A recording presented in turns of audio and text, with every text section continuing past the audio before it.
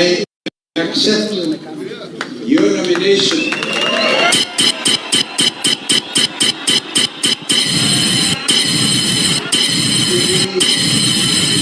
be the presidential candidate for the election scheduled for 2027.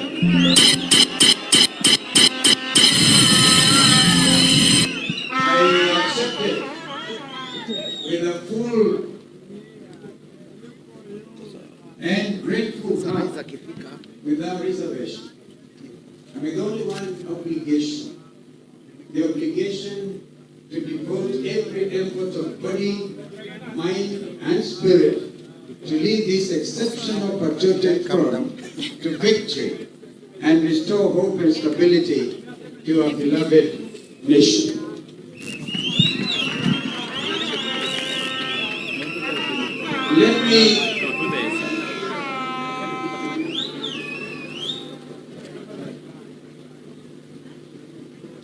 Let me, however, take a moment to thank the Almighty God, who has been my guide. Without Him, definitely I would not even be here today. To my family, some of whom you have met, and now my extended family also goes to places like Kirinaga. My sister, twin sister, they got my only daughter, got her to Kirinaga. Damari and Martin are out there in the UK. My little boy, Clay, very fond of him. Again, and Mama Pauline, and Gebo, and Siomoli. That's the camp of your baby. Can't mention my daughter, I go by name. So that's her name.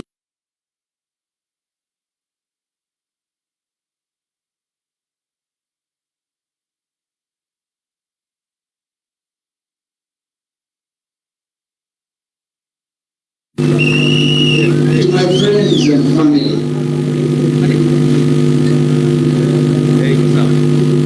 who are here or watching online,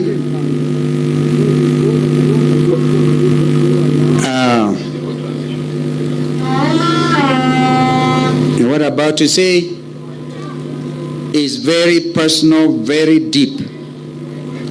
To my darling wife, Pauline, who is watching, the mother of our children. You know, you are a vision bearer. And you've been amazing. And every day, every moment, you keep on amazing me. May the good Lord grant you the healing we've all been waiting for.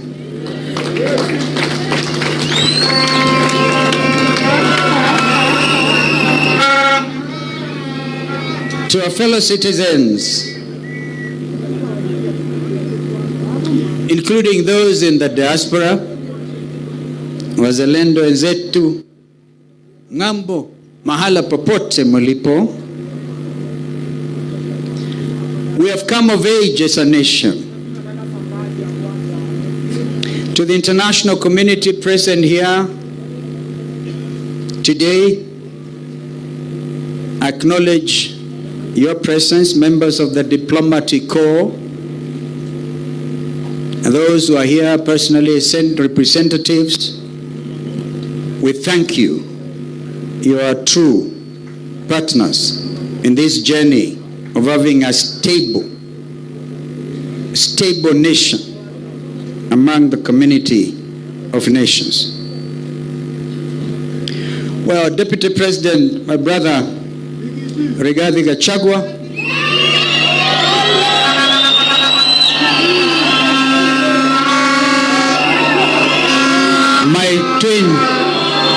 my twin sister, Mother Wangari Karua,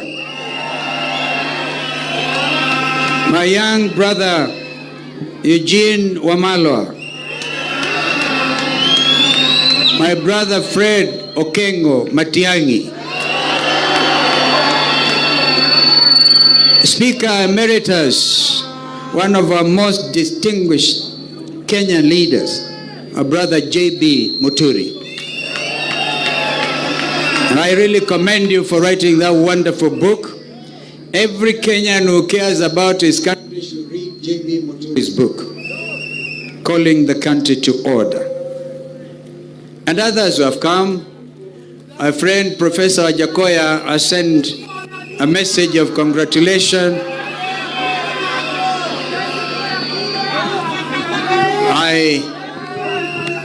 Our friend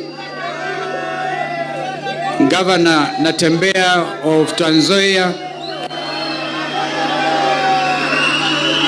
has actually gone down with flu. He really wanted to be here. Thank you for coming here as our special observers. And I want to recognize Engineer Maina, who is also representing our brother Governor Peter Munya. Fellow patriots, and now we seek your indulgence. I seek your indulgence. Comrades, power. Comrades, silence. Today, I stand before you with both a heavy heart and renewed determination. Our country is hurting. Our people are suffering. And this suffering is not accidental. It is the direct result of poor leadership, misplaced priorities, and a betrayal of public trust. Yet, even as we acknowledge the pain, we must never lose sight of our power to change things. I'm here today not to lament, but to lead a revolution of hope, to remind you the Kenyan spirit is unbroken, and that the dream of a better nation still burns brightly in our hearts. Wazalendo wenzangu, please listen clearly. Hope is alive, and together we shall reclaim our country, we shall rebuild our economy, and restore the dignity to every Kenyan household. Our Patriotic Front chose this venue, Uhuru Park, for many reasons, some of which have been elaborated by Brother Zain. History has been made here, and today, our present and our future will be proclaimed from this venue. This is our, please give me your ear, we'll come to that. This is our present circumstance today, and let us speak honestly about where we are. Na wauliza jameni unyamaza. Wewe nyamaza kidogo. Each day dawns with a new levy, a new penalty, and a new heartbreak. We pay taxes for services we never receive. No jobs, no medicine, no food, and no relief. This is not taxation for development. It is taxation for the survival of a few who know Ruto. We are a nation with one of the best educated populations in Africa. Yet our young people, bright, creative, and full of potential, remain unemployed and disillusioned. Our graduates hawk goods on the streets, while unqualified cronies occupy top positions in government. This is not the Kenya we envisioned, or indeed that envisioned by our founding fathers. Our hospitals are understaffed and under-equipped. Mothers give birth in fear, literally, in fear, because they don't know whether this Sha thing will pay their bill. Doctors go unpaid. Our hospitals run out of essential drugs. What should be universal health care has been turned into a playground of corruption. Sha shift forced on Kenyans has become the most consequential threat to our well-being. Education, once the key to opportunity, has become a burden. Parents are drowning in debt. Teachers and lecturers are demoralized. Students are uncertain of their future. As we speak, some of our best brains in this country, university dons, are on strike, and nobody seems to care. They have gotten our universities defunded, literally. A government that toys with children's education has lost its moral compass. And what of our economy? Once a beacon of growth, it now lies in disarray. Industries have closed, investors are fleeing, and ordinary Kenyans are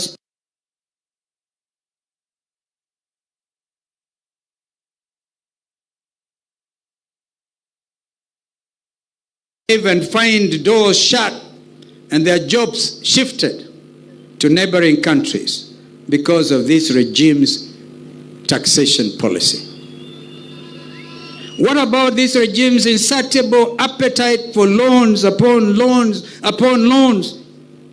Kenya's public debt under this regime has become an albatross around our necks. They call it bottom-up economics. But what we see is bottomless corruption and a top-down greed. It is not an economic plan. It is an economic funeral, I dare say.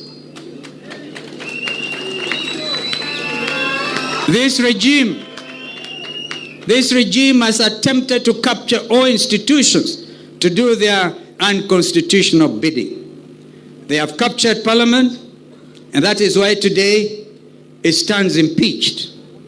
They have tried to capture the media, and today we thank the majority of the press for not bowing to that pressure. That's why you are here today, and we are very proud of you. They have attempted to capture the judiciary. We ask you not to cede to this nefarious regime's attempt to undermine you, for justice and truth are the common ties of society. Worse still is this regime's 3-year dismantle of our celebrated diplomacy. They condemn regional insecurity and neglect of the international community, all while they are linked to its escalation of wars in our region, the Democratic Republic of Congo, the Sudan in particular. This regime sells arms, and hear me, Kenyans, because it's a day to speak the truth for what it is. This regime sells arms and gets illegal gold in return. Honestly, what you are witnesses to is a horror movie directed by a know-it-all director who is a star and the supporting cast of his own show.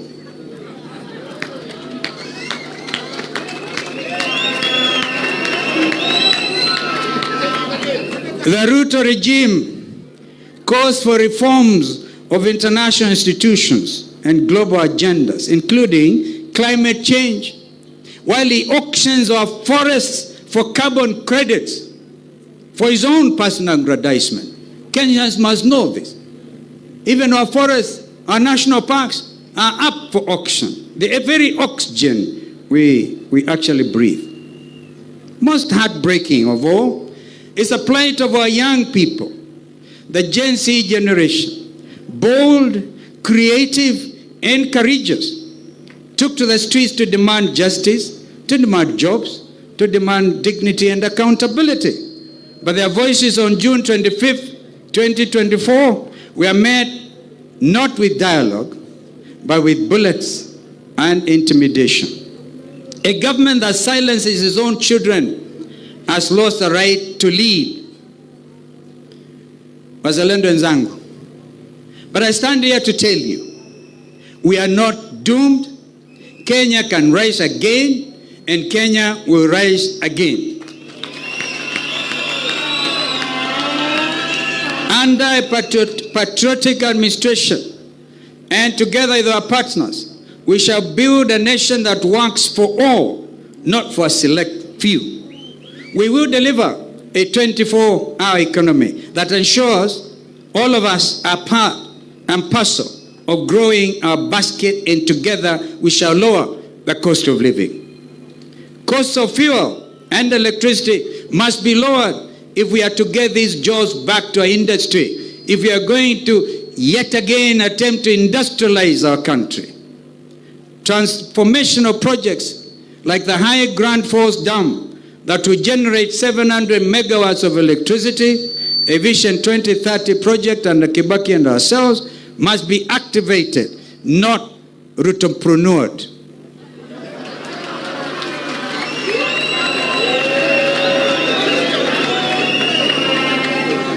We will cut unnecessary taxes, such as a punitive affordable housing levy that is nothing short of quindy to steal from Kenyans. We have said time and again, Executive Order number 1, get rid of housing levy. We will have an affordable, relatable, and predictable policy that not only addresses our challenges but also considers the vast opportunities in manufacturing, in agriculture, in education, and in blue economy. Our economy be driven by innovation and integrity, not corruption and coercion. We will create real jobs for the youth. Every county will have a functional youth enterprise fund. Remember, youth enterprise fund swept under the carpet. Which will be transparent and theft-free. We'll establish technology hubs, create centers, and local industries to absorb young talent. Professionalism, not Rutoism, will get you a job. Wazalendo wenzangu, I promise you this. The Wiper Patriotic Front's Director of Elections will not become your next chairman of Kenya Revenue Authority. That will never. No child should ever be denied education because of poverty. We will fund our schools adequately, value our teachers, and recognize vocational skills alongside academic qualifications.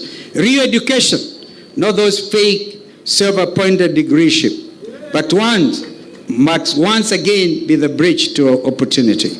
Our patriotic administration will restore dignity and meaning to our schools and our universities. We will not be a striking nation.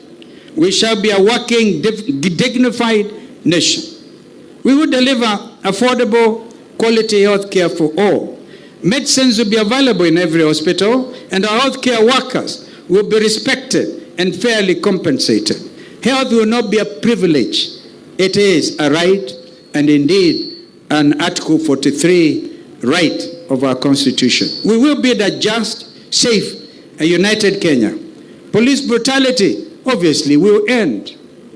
In fact, I think it has ended today, because if anybody had wanted to bring goons here, it can't work.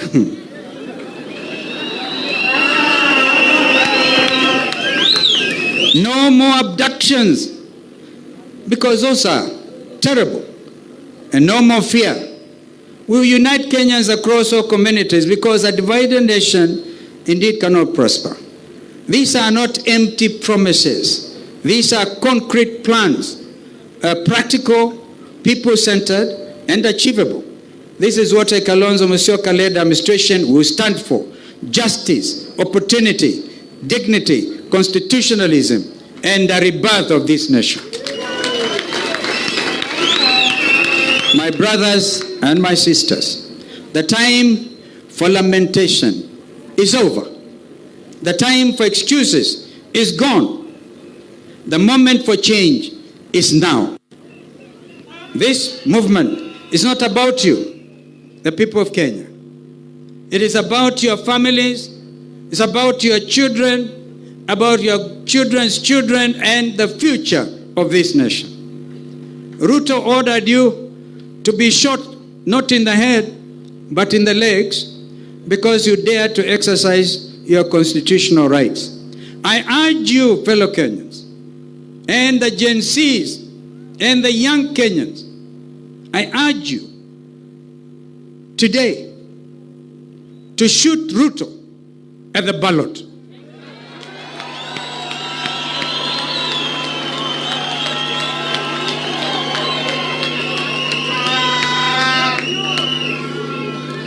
If you have not yet, I implore you to register to vote.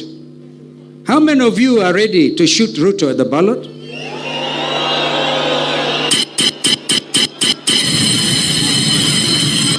This is what will make Ruto one term. Komboa Kenya. Komboa Kenya. Harambee. When we rise together, no mountain is too high. When we rise together, no government can suppress us. When we rise together, Kenya will rise again. Are you ready for change? Yes. Are you ready for justice? Yes. Are you ready for a better Kenya? Yes. Then let us rise up together. Wazalendo wenzangu, this is our moment. We cannot allow despair to kill our dreams, nor exceptionally corrupt and insensitive leadership to steal our future. We will build a Kenya where leadership is honest, justice is real, and opportunity, as I said, is equal. We will build a Kenya where every child is safe, even in our own living room. We will in honor and remembrance, remember Bridget Joki, who was shot by a police bullet in Kiambu, sitting by her parents' living room watching television. And she got killed, shot. So even our living rooms are not safe. I salute our farmers, our mama boggers, and our border riders. The border riders actually escorted me this morning. I thank you. The true backbone of this country. I celebrate our youth, the beacons of hope will keep faith alive.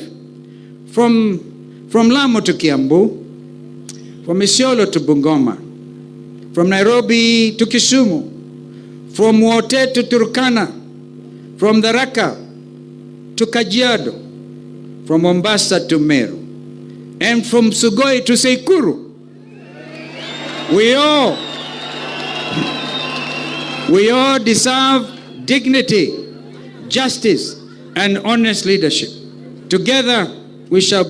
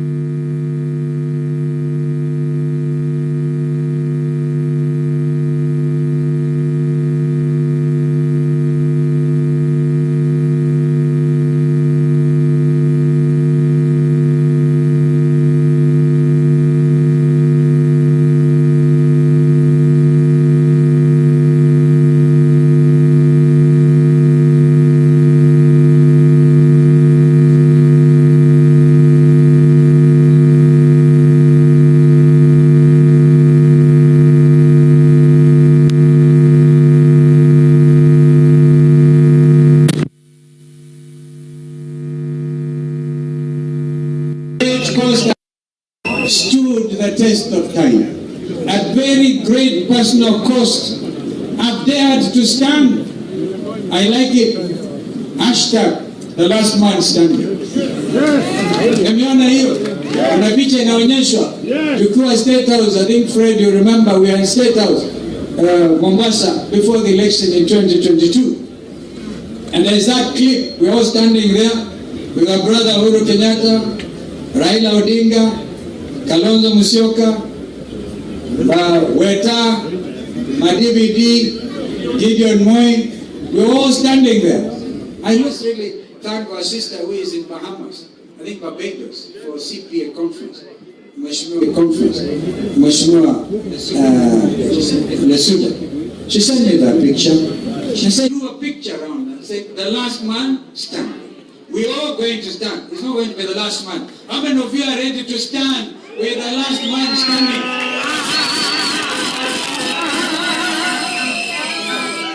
May God bless the wife of Patriotic Front.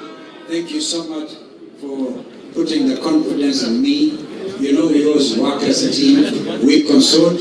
Even when we decided, and I remember it was Dr. Makali Molu who came up with the adage, Kufa driver, Kufa makanga, where there was a motion of impeachment. We said, if you must impeach regarding Gachagua, impeach William Ruto kwanza. I think they have since realized the folly of those actions. Actions have consequences. And those consequences are bringing the new dawn. We thank William Ruto for impeaching Rigathi Gachagua, so that together we are going to liberate even William Ruto himself from this type of problem.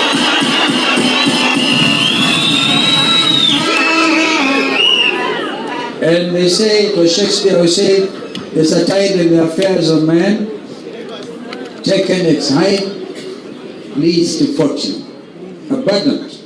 The rest of life is lived in mystery. There's a paraphrasing. I want to encourage you, Ndugu Rigathi. You stand stronger than when you are deputy president. Nobody knew you. Now the country knows you. My sister mother, my twin sister, you were with Ruto, Raila's running mate. You were the first one to say, he, haifanyiki, most principled, amazing Kenyan lady, even the region, standing for justice, and everywhere in our region. My sister mother, I'm very proud that you call me your political twin. We will stand together.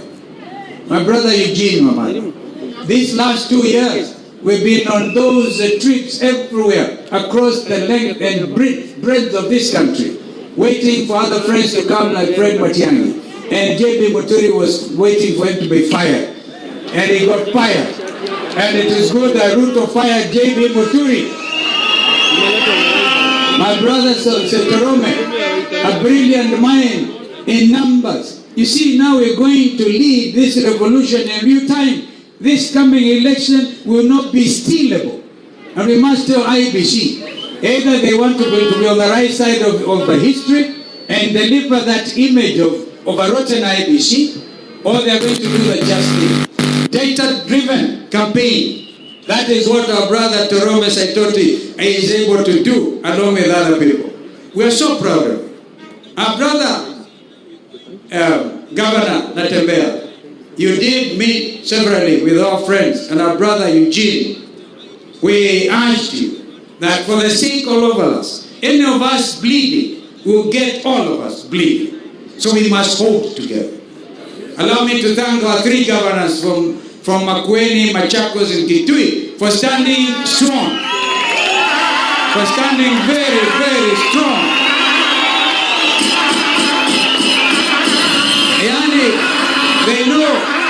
They know what the Constitution says. What the Constitution says. They know. There are 2 levels of government. They're independent, they know. So I told them, when William Ruto comes calling, you are the governor, but he must recognize you. You are the home governor. You are the ruler of your county. Don't go out there. William Ruto does not believe in devolution.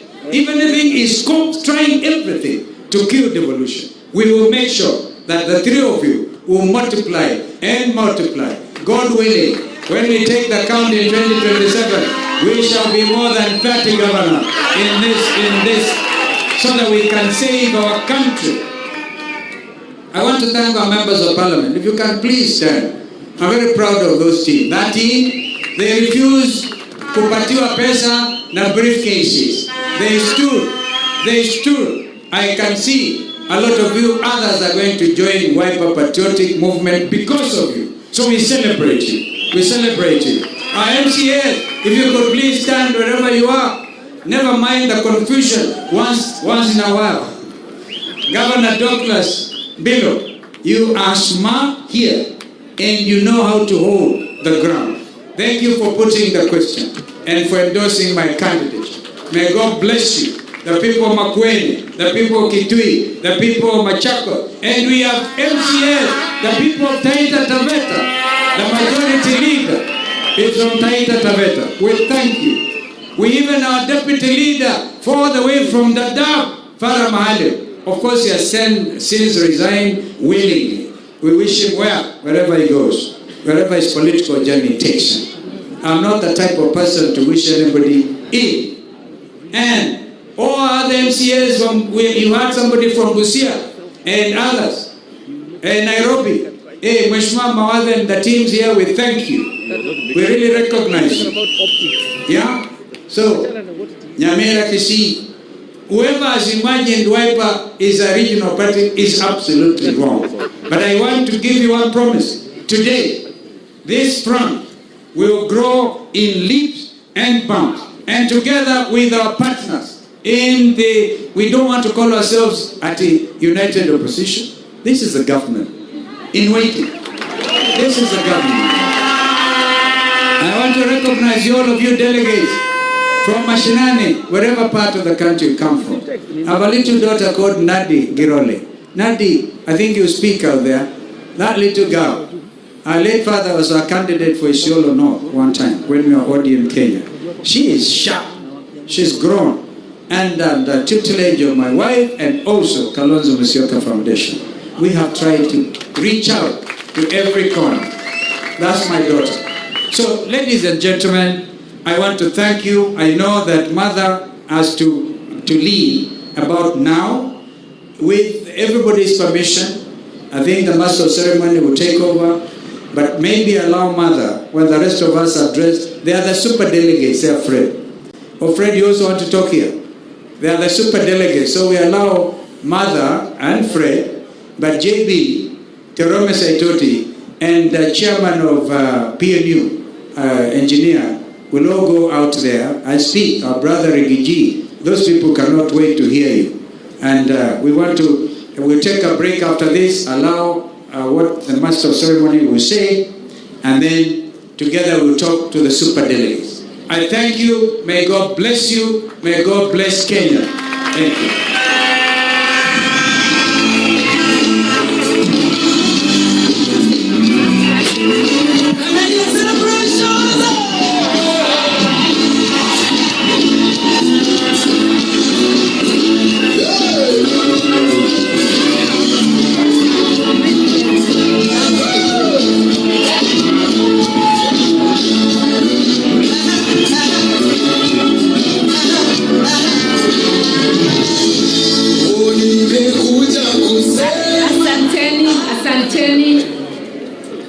Your Excellency Kalonzo wa Musyoka, Wiper's duly nominated presidential candidate for 2027. Wiper delegates to this NDC, my dear brothers, core principals in Team Ukombozi, Team One Term. It is a great moment today. I want to begin by congratulating my political twin for being nominated in this very colorful, very well organized, very well attended NDC, and to congratulate the Wiper Patriotic Front, its delegates, and in particular the governors and members of parliament for remaining steadfast. Wiper has been an exemplary party, and this is not the first time I am saying it. I remember saying it somewhere in Naivasha, and I remember you were there, Governor Wabinya. We admire the leadership of my political twin, His Excellency Kalonzo Musyoka, the way he has held the Wiper Patriotic Front together, what he represents, and the way he has stood with the people of Kenya. He is a selfless man. For that, I admire and respect him for his stand. And today, what he has said here today is what I too and our colleagues believe in. We are together on a journey to liberate this country. And I note that today when we say Wiper, munajibu sio Wiper. Wiper! Iyo museme kwa nguvu. Wiper! Wiper! We are on a journey to liberate. We in the People's Liberation Party, we say it, but we say it slightly differently. We say unite, liberate. Nikisema PLP, munanipatia unite, liberate. PLP. Unite, liberate. Kwa Kiswahili tunasema tuungane, tujikomboe. PLP. Tuungane, tujikomboe. You can see, we are on a journey to liberate. And when I listen to my other brothers, what they say is about liberating the country. We are liberating the country from the yokes of oppression. Someone's finger is on our throats. Someone's boot is on our throats. They are exploiting the nation and its people worse than the extractive colonial regime. Why would they tax people beyond the point where a family is no longer able to feed itself? Why are they taking our money in Shah Chief, a theft syndicate? Yet they are leaving the burdens of the bills to the families. Why are they taking the housing levy? I am happy to hear my brother say he would scrap it as the first item. I will not repeat everything my brother has said. I've only touched on a few to show that we are of the same mind. Should the united opposition pick my twin brother as a flag bearer, I pledge to stand with him to the end.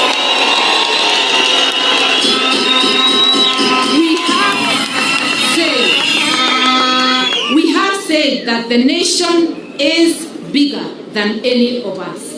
We must subordinate our ambitions for the good of the nation. Unity is not a luxury.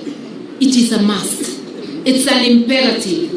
Failing to unite is voting for the enemy, for the oppressor. And I want Kenyans to know we have only one enemy, the oppressor and those behind him. And I will not utter the name. I can only use the popular name Kasongo and everything Kasongo represents. And I want to tell Kasongo a message for Kasongo from this podium of the Wiper, the Patriotic Front. We will not allow you to graduate as a dictator on this Kenyan soil. Our constitution forbids anything that is not democratic. Anything that is not democratic. We will therefore, we can see you are in a hurry to become like a certain other within this region. We will not allow any such graduation, we promise you. And we promise the people of Kenya nothing short of liberation, a better life, a prosperous life, and a country founded on the rule of law. A country founded on equity, on justice, on social justice, and on everything that the Kenyans deserve. And we therefore say, mambo ni sio poa, ni one time. Mambo ni kila mahali Kenya, mambo ni. Mimi naomba kuondoka. Tunaenda kwa mkutano mwingine, sio wa kisiasa. Huyu ni wa akina mama, tunaenda kumpatia tunzo mwenzetu ambaye amefikisha miaka 100. Kwa hivyo muniruhusu nielekee, lakini nitawacha my agency Secretary General Asha Bashir ndivyo apate nafasi pia kusalimia the super delegates. We have a big team here of our members who include 2 professors. The Secretary General will recognize them when the time comes. I want to thank you, to apologize for having to leave early, and once again to congratulate you on this very auspicious occasion. Asante.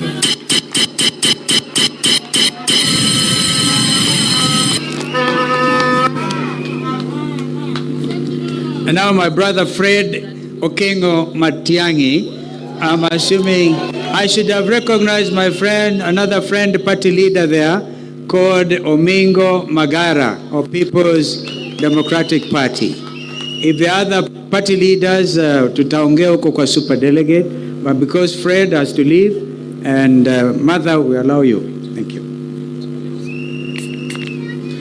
Your Excellency, the Honorable Kalonzo Musyoka, the party leader of Wiper Patriotic Front, and now the presidential candidate of Wiper Patriotic Front, my brothers and sisters in the opposition, and all of you wonderful people, delegates of Wiper Patriotic Front.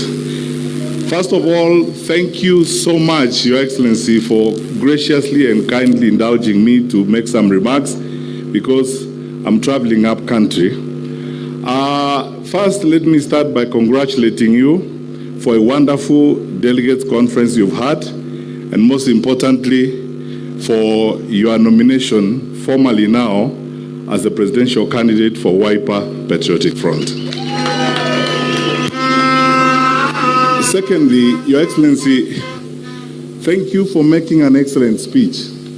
I associate myself and support every word that you uttered from here. So in a sense, you actually spoke for all of us this afternoon. My fellow Kenyans, there are many things we could say at this point in time, but I want to say only 2. 1, every generation has a date with destiny, and every generation faces its own challenge.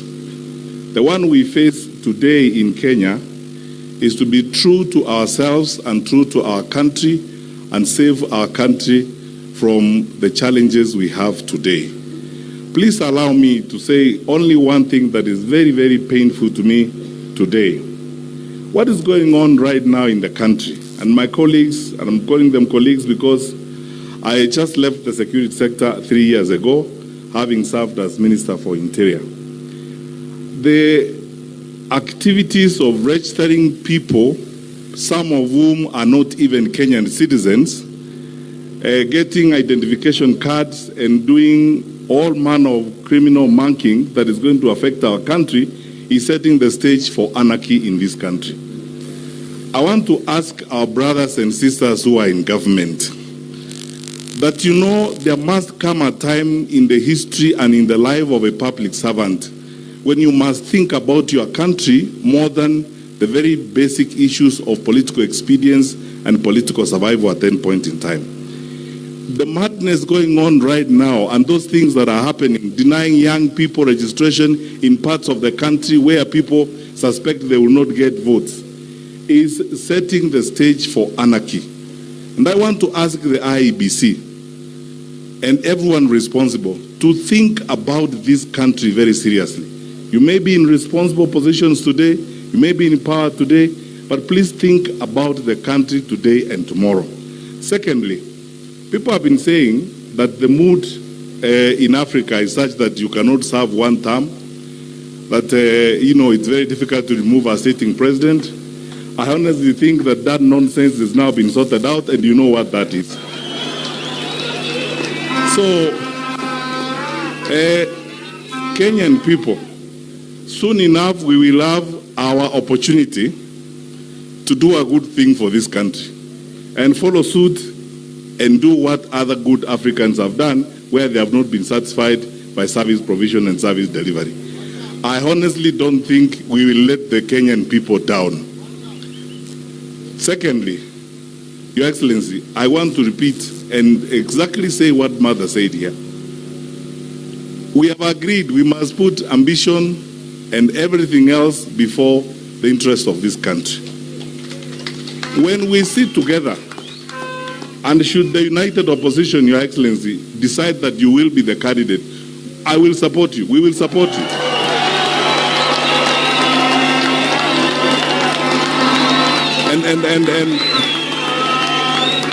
And I believe that when that time comes, when we all sit together, consult everybody, and a method is found of identifying a candidate or one of us who will deliver and be first among equals, we should all rally behind that individual. And as I've said here openly, Your Excellency, if that person is yourself, we will support you and back you, because in any case, that's what we want. Finally, as I leave, I would like to urge us, because this issue is normally spoken about, I'd like to speak about it a little more bluntly and more frankly. My brothers and sisters, fellow Kenyans, and it's good that we tell you the truth. Building an opposition or a coalition is a journey of alignment and coming together. We will be together in spite of our differences, not because we don't have differences. We will work on this together. It's a long journey that we are determined to walk together. The goal we have is greater than the sum total of each one of us here. So, occasionally, if we argue sometimes, or if we have differences of opinion, that is precisely because we are a group of people who are passionate and love their country. We do not expect that Kenyans want a government that looks like a boys' choir or a girls' quartet. It is supposed to be a group of people who are smart, who reason, who work together, who argue, then they come together and form one government. So, as we go forward, we will have our own active moments of fellowship. But we assure you that even during that fellowship, Kenya will be opportunity and priority number one as we go forward. So let us stay the course and continue to work together. And Your Excellency, there are so many leaders I came with who are going to be behind here, including our chairman, Mr. Torome, and Honorable Mingo Magara, the PDP party leader, who's part of our small working group, and so on, and we will continue to work together. Today, tomorrow, and always, Kenya will remain our priority, and we will do the best we can to ensure that we take this country to the next level. May God bless you indeed as we walk through this, and may we stick together, and may unity describe us as we demand that, as I said earlier, people who say that there would never be one term, let them just wait 2027 and see what will happen. It will be one term. Arambe! Arambe! The resolution is, God bless you.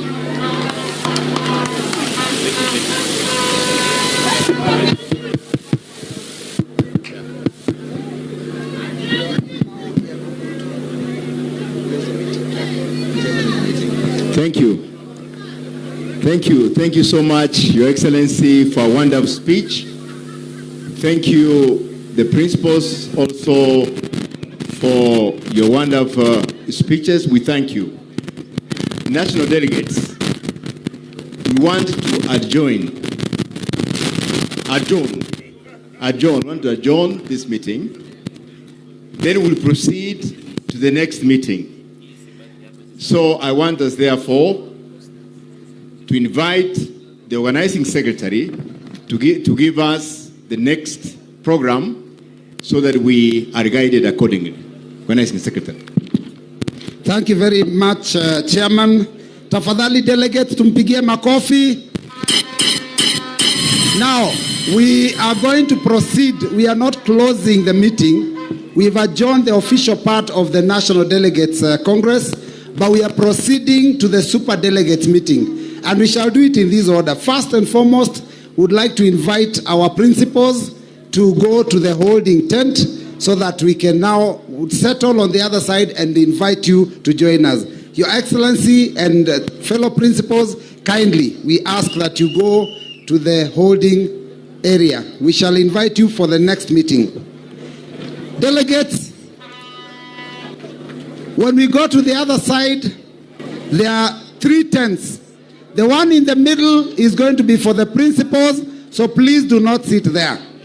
The one on the side, one of them is for the clergy and the professionals, so also do not sit there.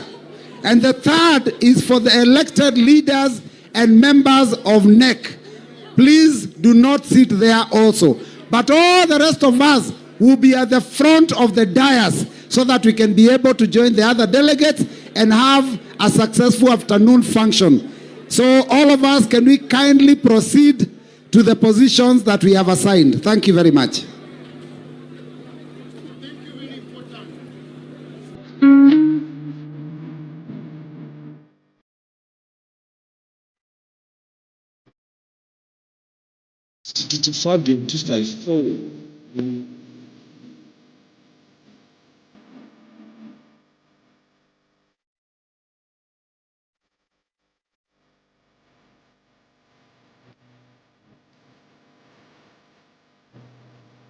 DJ Fabian 254.